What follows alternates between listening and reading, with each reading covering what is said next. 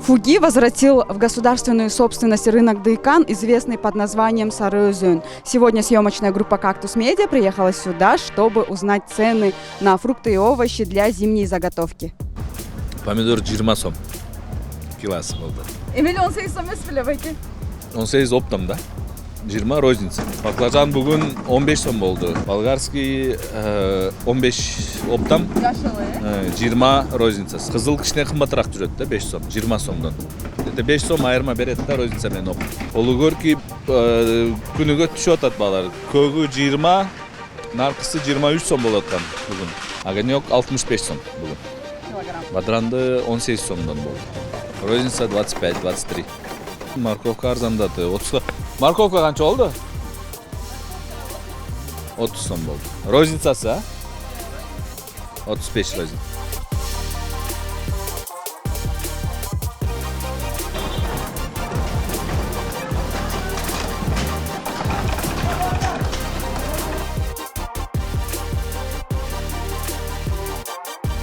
Арзан болады да, конечно. Арзанырақ болады, потому что бұл жаққа деген диқандар өздері алып келішеді товарына. Диқандар өстірген товарын өздері алып келіп, өздері сатышады да. Поэтому бұл жақ, конечно, автоматически арзан болады. Бирок Ош базары бізден арзан жүреді. Анткени Ош базар уже экинчи сортко жақын товарларды алып арзан. Уже мусорға айланып бараткан товарларды алып, ошолорду түртөт да Ош базары. Поэтому Ош базары эң арзан болады.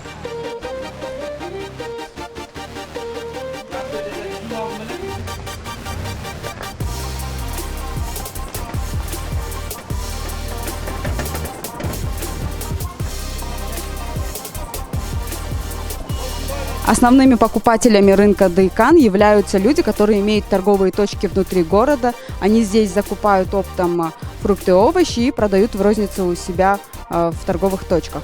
Также встречаются люди, которые покупают фрукты и овощи в розницу, но их очень мало, потому что рынок находится вдали от города, и сюда ехать не очень выгодно, если вы едете, допустим, за 5 килограммами помидоров.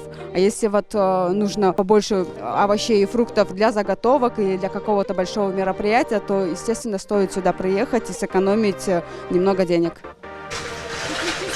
100 сом, был 90 доне, а вот этот тоже 90.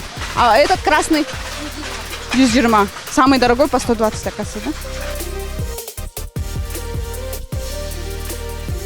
Чеснок, если такой будете в розницу брать, то он где-то будет стоить 110 сом. Мы узнали стоимость чеснока. Здесь он стоит по-разному. Все зависит от партии, когда его завезли, и от размеров.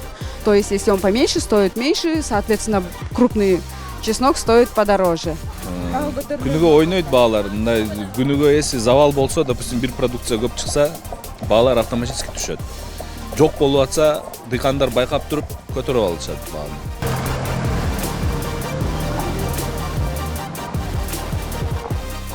Государство, оно у нас как бы остро нуждается сейчас в деньгах, и оно будет всеми возможными способами отсюда их выбивать.